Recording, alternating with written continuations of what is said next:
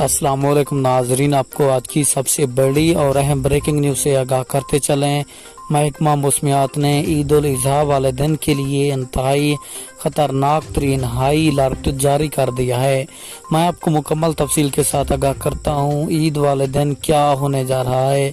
महकमा मौसमियात ने एक बड़ी खबर सुना दी है, तो मैं आपको मुकम्मल तफसील के साथ आगाह करता हूँ। उससे पहले वीडियो को लाइक और चैनल को सब्सक्राइब लाजमी कर दें ताकि आपको हमारी नई वीडियो का नोटिफिकेशन सबसे पहले और बआसानी मिलता रहे।